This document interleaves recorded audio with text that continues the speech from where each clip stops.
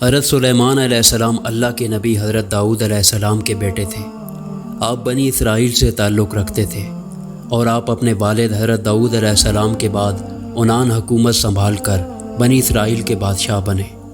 آپ اللہ کے سچے پیغمبر اور انصاف پرور بادشاہ تھے۔ اللہ تعالیٰ نے انہیں ہفتے اقلیم کی بادشاہت عطا فرمائی اور وہ صرف انسانوں کے ہی نہیں بلکہ تمام مخلوقات کے بادشاہ تھے۔ چرند پرند اور جنات وغیرہ سب ان کے تابع فرمان تھے۔ اللہ تعالیٰ نے حضرت سلیمان علیہ السلام کو جتنا وسیع و عریض ملک عطا کیا ایسا کسی جن و بشر کو نہیں دیا۔ اس کے باوجود حضرت سلیمان علیہ السلام میں ذرا بھر بھی تکبر نہ تھا۔ وہ اپنے اخراجات کے لیے شاہی خزانے سے ایک پیسہ تک نہ لیتے تھے اور اپنے ہاتھ سے زنبیل سی کر اور اسے فروخت کر کے گزر اوقات کیا کرتے تھے۔ کھانے کے لیے وہ اپنے ہاتھوں سے جو پیس کر آٹا بناتے اور اس کی روٹی پکا کر کھاتے تھے۔ آپ اکثر روزہ رکھتے تھے اور ہر شام بیت المقدس میں جا کر غریبوں اور روزے داروں کے ساتھ روزہ افطار کرتے تھے۔ بادشاہ بننے کے بعد آپ نے ایک نہایت عالی شان اور پرتکلف مکان بنوایا جس کا رقبہ 36 کوس تھا۔ اس مکان کو سونے چاندی کی اینٹوں سے بنایا گیا جس کی دیواروں اور چھتوں پر یاقوت اور زمرد جڑے ہوئے تھے۔ پھر اس مکان کے اندر آپ نے اپنے لیے ایک شاندار تخت بنوایا جس کی لمبائی 3 کوس تھی۔ سارا تخت ہاتھی کے دانت سے بنایا گیا تھا جو لال، فیروزہ، زمرد جیسے پتھروں سے آراستہ تھا اور اس کے چاروں طرف سونے کی اینٹیں لگی ہوئی تھیں۔ تخت کے چاروں کونوں پر ایسے درخت تھے جن کی ڈالیاں سونے کی تھیں اور ہر ڈالی پر ایک طوطی اور طاؤس بنا کر ان کے پیٹ کے اندر مشک بھر دیا گیا تھا۔ ان درختوں کے خوشے انگوروں کی طرح تھے۔ اس درخت کے نیچے اور دائیں بائیں 1000 سونے کی کرسیاں لگائی گئی تھیں جن پر لوگ بیٹھتے تھے۔ ان کے پیچھے جنوں اور انسانوں میں سے غلام کھڑے کیے تھے۔ یہ تخت جنات نے بنایا تھا جو آپ کی رعایت ہے۔ حضرت سلیمان علیہ السلام تاج شاہی سر پر رکھ کر اس عظیم و شان تخت پر قدم رکھتے تو ان کی ہیبت سے تخت اس وقت حرکت کرنے لگتا اور طوطی طاؤس بھی اللہ کے حکم سے اپنے پر پھیلا دیتے جن سے مشک وغیرہ کی خوشبو نکلتی تھی۔ اللہ تعالیٰ کے فضل سے حضرت سلیمان علیہ السلام ہر جانور کی بولی اچھی طرح سمجھتے تھے۔ جب آپ تاج شاہی سر پر رکھتے تو تمام پرندے تخت کے اوپر معلق ہو کر آپ کے سر پر سایہ کرتے تھے۔ جس مکان میں تخت سلیمانی تھا اس میں کئی محرابیں تھیں جہاں عابد و زاہد لوگ بیٹھ کر عبادت الہی کیا کرتے تھے۔ حضرت سلیمان علیہ السلام ہمیشہ اللہ تعالیٰ کی ان نعمتوں کا شکر ادا کرتے اور ہر وقت اللہ تعالیٰ سے مناجات کرتے رہتے تھے۔ آپ پورے عجز و انکسار کے ساتھ اللہ کے حضور یہ دعا کرتے تھے، یا الہی میں درویشوں کے ساتھ بھی شامل ہوں اور بادشاہوں کے ساتھ بھی۔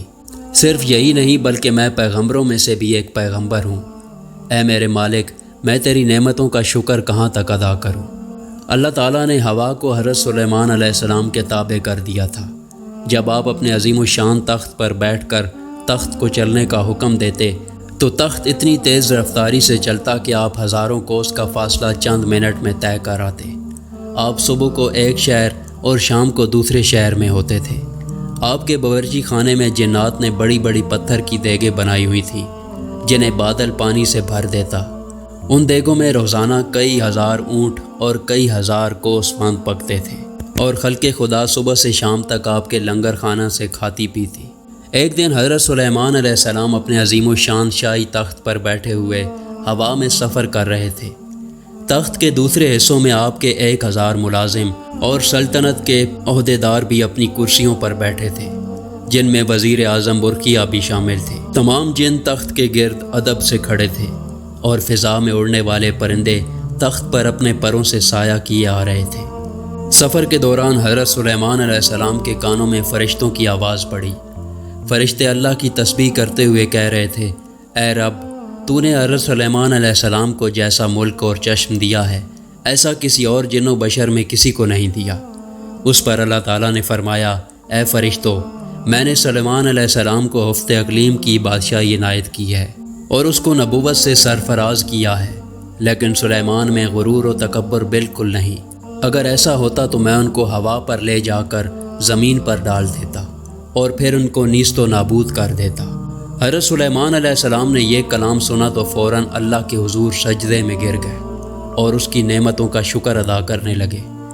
ہوا نے ان کے تخت کو زمین پر اتارا جہاں چیونٹیوں کی بستی تھی۔ تخت سلیمانی کو دیکھ کر چیونٹیاں خوف زدہ ہو گئیں۔ اس واقعے کا تذکرہ قرآن پاک میں اس طرح ہے۔